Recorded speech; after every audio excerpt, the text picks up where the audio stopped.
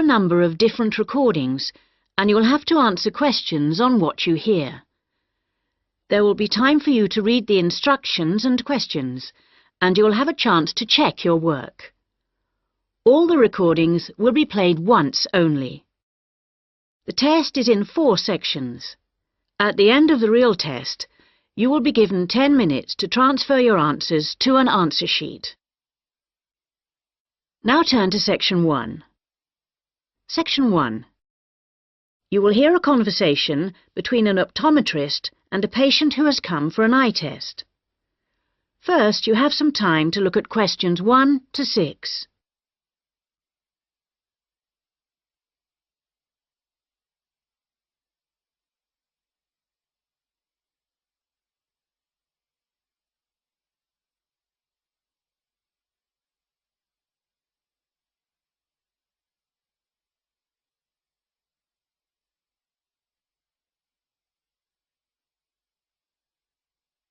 You will see that there is an example that has been done for you.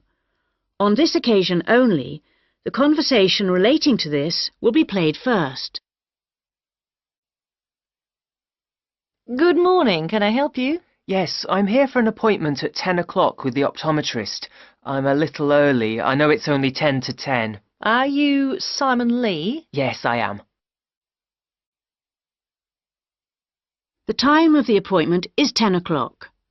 So 10 a.m. has been written in the space. Now we shall begin. You should answer the questions as you listen, because you will not hear the recording a second time. Listen carefully and answer questions 1 to 6. Good morning. Can I help you? Yes, I'm here for an appointment at 10 o'clock with the optometrist. I'm a little early. I know it's only 10 to 10. Are you Simon Lee? Yes, I am. I'm Rachel White, the optometrist here today. Come in and take a seat. Thanks. Before we test your eyes, I just need to get a few details from you. So, Simon, what's your full name? Simon Anthony. That's A-N-T-H-O-N-Y. My family name is Lee. L-E-E. And your date of birth, Simon? The 1st of June, 1989. The 21st of June? No, the 1st of June. Oh, whoops, sorry. 1989. Ah, same year my son was born. What's your current address? I'm living at a hall of residence. Which one? At University Hall, not far from here, in Adams Terrace. University Hall. And do you have any medical insurance? Yes, I'm fully covered. And who are you insured with? I'm with Health for Life. Healthy Life. No, people always get that wrong. It's Health for Life. They're part of some big insurance company. Good. Now, Simon, have you ever had your eyes tested before? Yes, once, but not recently. It was when I was still at school. So, roughly when would that have been? Probably around September 2007. No, on second thoughts, it must have been the year before. September 2006. My eyesight was fine then. But you're having a little difficulty now, are you? Well, yes. Since I started at university, I've been having difficulty with distance vision. I can't always see things in the distance. Well, let's have a look. Now, I'm just going to cover your left eye. Yeah. Can you read the top line? Yes. RBQS.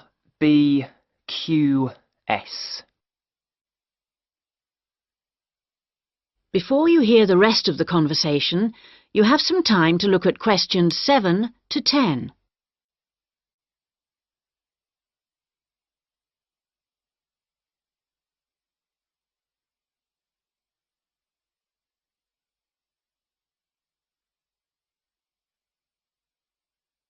Now listen and answer questions 7 to 10. Well, Simon, your eyes have obviously got a little worse since your last test, and I think you're going to need to wear glasses. Not all the time, and not so much for reading or close work, but definitely for driving. Right, yes, I thought that was probably the case. So now you need to choose some frames. There's a wide range to choose from, as you can see. Can you give me some idea of the difference in cost? I quite liked the idea of some frameless glasses. Did you? Well, the prices vary enormously, like everything, but the frameless ones are the most expensive. The cheapest are the ones with the full frame. Perhaps I'd better go for those. Or why not try these ones with the half frame? They're not too bad. Yes, they look quite nice, and they're strong. Far less likely to break than the frameless ones. Oh, that's a good point. OK, I think I'll take those ones. If you pop back next Monday, I should have them ready for you, and you can pay for them when you pick them up. Thanks very much. Can I pay by credit card? You can, but there'll be a slight charge if you do that. Right, I'll pay by cash then, if you don't mind. No problem. Cash, credit card, debit card, all the same to us. See you on Monday. That is the end of section 1. You now have half a minute to check your answers.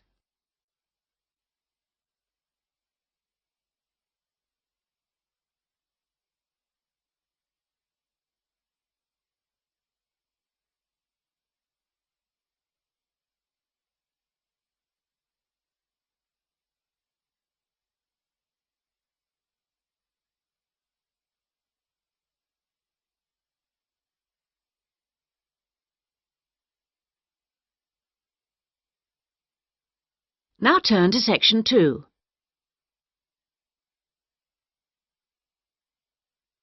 Section 2. You will hear an extract from an audio guide to the Taj Mahal. First, you have some time to look at questions 11 to 16.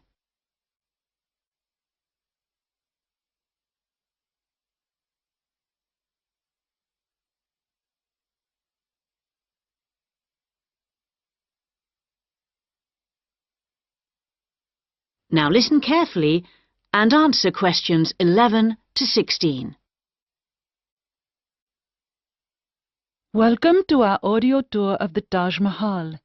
The Taj Mahal is the most popular tourist attraction in India. It's also one of the most spectacular buildings of the world and is considered as a symbol of love. But how many people realize that it was actually built as a tomb or burial place for the emperor's wife? The Taj Mahal was built by the Mughal Emperor Shah Jahan to commemorate his beloved wife Mumtaz Mahal when she died. And although this was not his original intention, for he had planned to build a black marble tomb for himself, they both lie side by side in the tomb today. Emperor Shah Jahan's two greatest passions were architecture and jewelry, and both are represented here in all their splendor. The most skilled architects and craftsmen came from across India and countries as far away as Persia and Turkey. Much of the structure was built in white marble that was carried by 1,000 elephants all the way from the Indian region of Rajasthan, some 300 kilometers away. Crystal and jade came from China, sapphires from Sri Lanka, and turquoise from Tibet. But there's a lot more to the Taj Mahal than just the tomb. So let's have a look at the overall plan before we take a walk through the magnificent gardens. Your tour begins here, at the point marked with an X on the plan. This is known as the main gateway. Walk through the gate and you come into an elaborate garden. There are 2 marble canals studded with fountains which cross in the center of the garden, dividing it into 4 equal squares.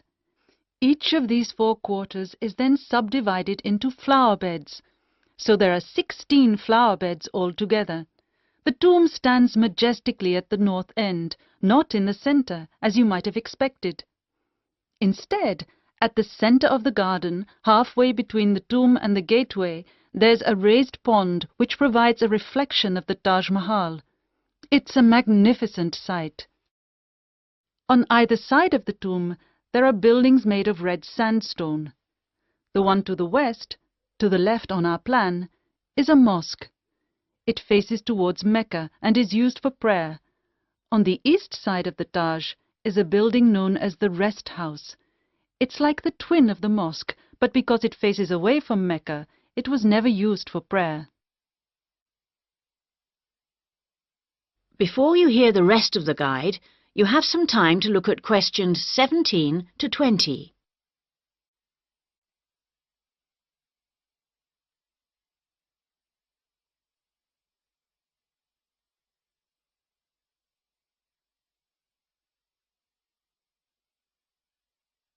Now listen and answer questions 17 to 20.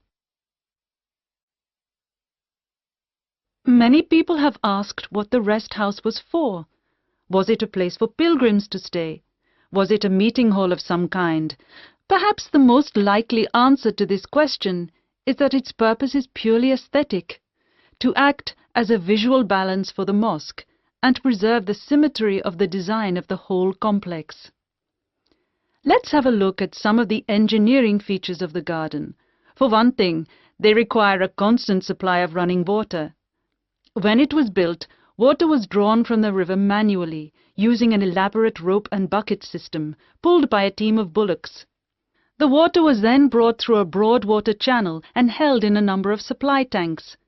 These tanks were at varying heights off the ground and were ingeniously designed to store the very large amounts of water required. Using an elaborate system of underground pipes, the water was then distributed from the supply tanks to each of the fountains.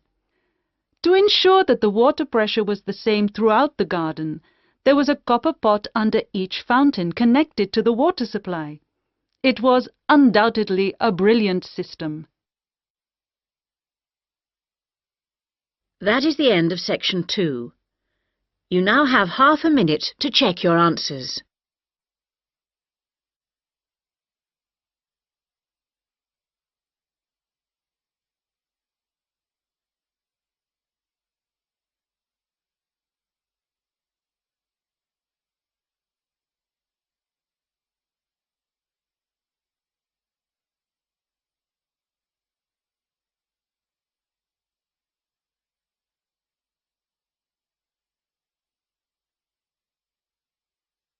Now turn to section 3.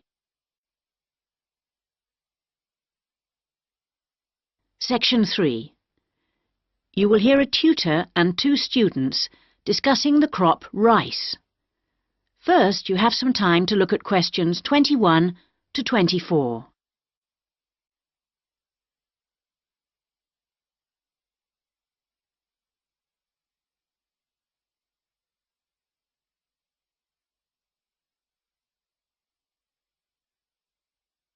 Now listen carefully and answer questions 21 to 24. Good morning, everyone.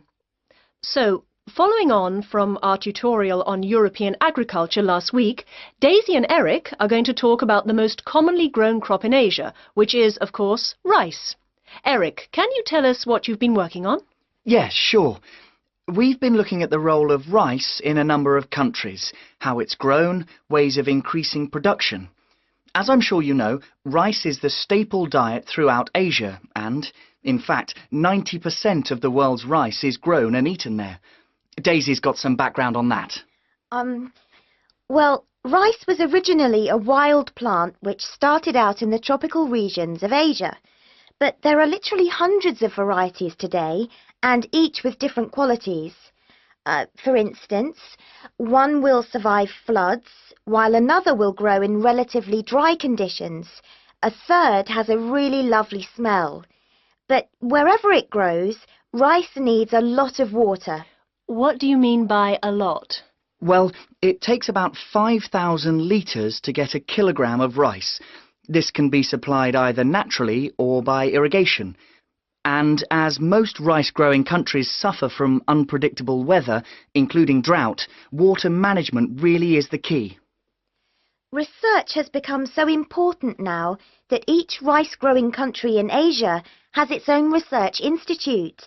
Whether we're talking about Japan, China or Bangladesh, and they're all coordinated by a group in the Philippines called the International Rice Research Institute. Interesting.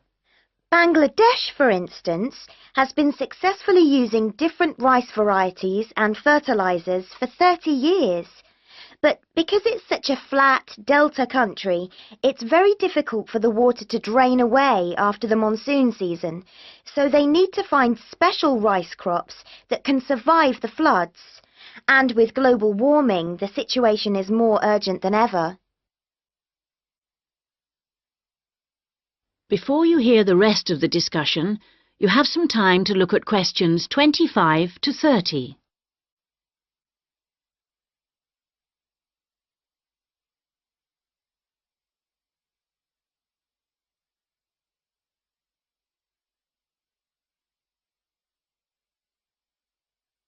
Now listen and answer questions 25 to 30. Now I'd like to move on to our comparative study. As you can imagine, China is the world's biggest rice-producing country. Collectively, the Chinese people probably eat more than 3 billion bowls of rice every day. Quite a statistic. And of course, rice plays an important cultural role too. We then compared China to Thailand. You know, even though Thailand only has about 64 million people, it's the world's #1 exporter of rice.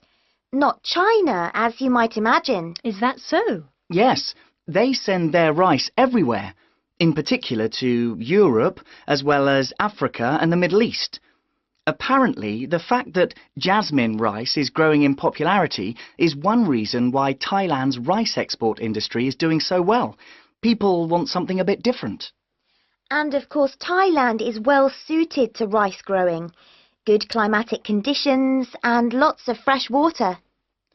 Going back to China for a minute, we should mention that at the Rice Research Institute in Huangzhou, they're working on ways of improving rice yields using less water. By yields, you mean the amount they can grow? Yes, they're trying to find ways to get more rice from less land, improve the taste, but also have other things in it besides carbohydrates so that it's healthier, better for you. Good idea, considering it's the staple food. And then you've got Japan, which is totally self-sufficient when it comes to rice. This is basically because they have a high tariff on imported rice, so everyone buys the homegrown product, and they don't export much. Yes, but you know, even though rice is a kind of sacred crop there, consumption is only half what it was in the 1960s. This trend isn't evident in Thailand or China. Interesting that you mentioned how rice is almost sacred in Japan, because I believe in Thailand it also plays an important cultural role. Absolutely. They have the royal ploughing ceremony every year, which the king always attends, and he actually scatters a new stock of seed to the farmers, who pour into Bangkok for the event. What about the global interest in organic farming? Is there such a thing as organically grown rice? Yes, indeed. And the Japanese are getting quite a taste for it, apparently. There's an experimental farm near the city of Akita in the Japanese rice belt, famous for its sake, by the way, which has pioneered organic rice production, and now it's sold all across the country. It's a bit like the recent popularity of jasmine rice in Thailand, but that's for the export market, of course. Interesting how attitudes change, isn't it? That is the end of section 3. You now have half a minute to check your answers.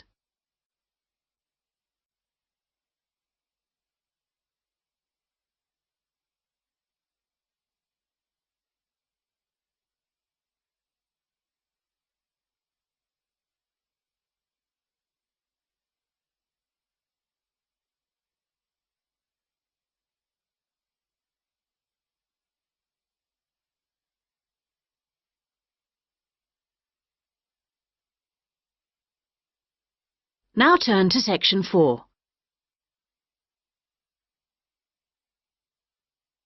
Section 4.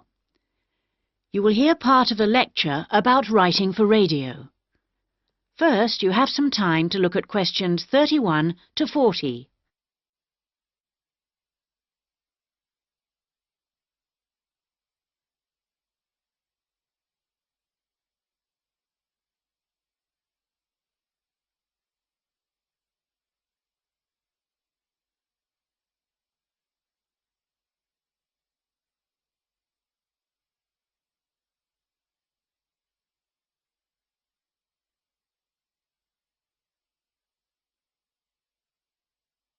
Now listen carefully and answer questions 31 to 40.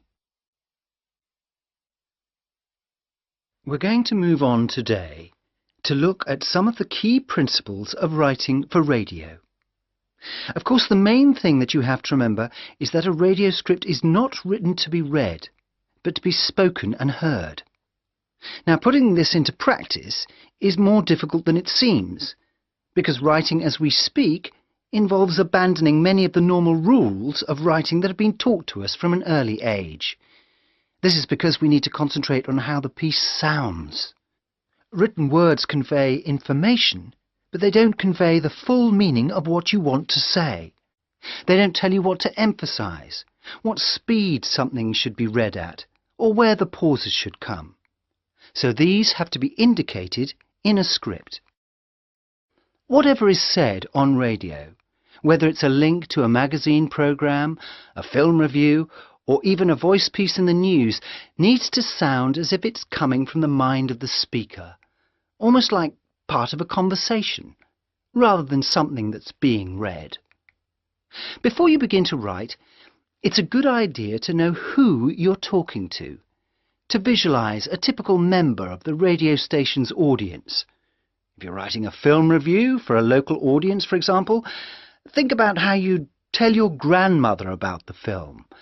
Or if you're reviewing a pop concert, think about how you'd tell your friend about the band. The words have much more impact if each person feels they're being spoken to directly. So your tone needs to be informal. Rather than using impersonal words like listeners or the audience, you can make it more informal. Include them in what you're saying by referring to us and we. Once you know who you're talking to, the next thing is to work out what you're going to say. Don't forget that the person listening to you has no opportunity to ask questions. And in the same way, you can't repeat what you've just said. For these reasons, it's important that your script is logical and progresses smoothly. Too many facts too close together will cause confusion, so space them out evenly. The best scripts allow listeners to visualize what you're describing. For example, instead of giving the physical dimensions of a field, describe it as being the size of, say, a football pitch. If you're talking about a tall building, relate it to perhaps a 10-story block of flats. Now, all scripts need something that will grab the attention of the listener. You need something that'll make them say, "Hey, I want to stop and listen to this." So the first sentence has to do this for you. It needs to be intriguing, interesting, and then it needs to be backed up by a second sentence that explains what you're talking about. The last sentence should also give your listeners food for thought and can be in the form of a question or a statement that sums up the item. After you've finished your script, you need to polish it up, and the most effective method of doing this is by reading it aloud. This also helps you to avoid tongue twisters or words that you might find awkward to pronounce. That is the end of section 4. You now have half a minute to check your answers.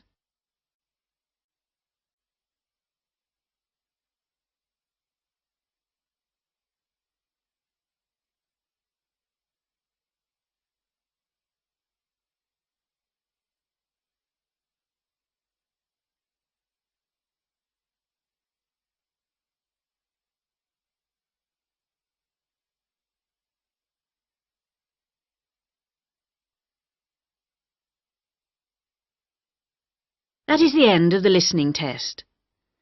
At the end of the real test, you'll have 10 minutes to transfer your answers to the listening answer sheet.